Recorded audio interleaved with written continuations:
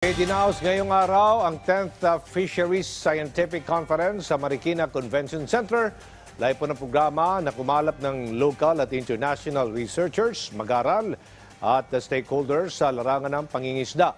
Ibinabagi rito ang mga makabagong pamamaraan sa Fisheries Research for Development upang mapanatili ang seguridad sa pagkain.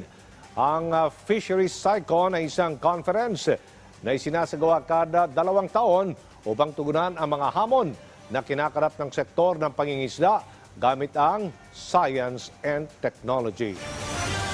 Presentation ng mga research output natin, lalong-lalo na para makatulong sa ating sektor, addressing food security at saka mga challenges sa fisheries.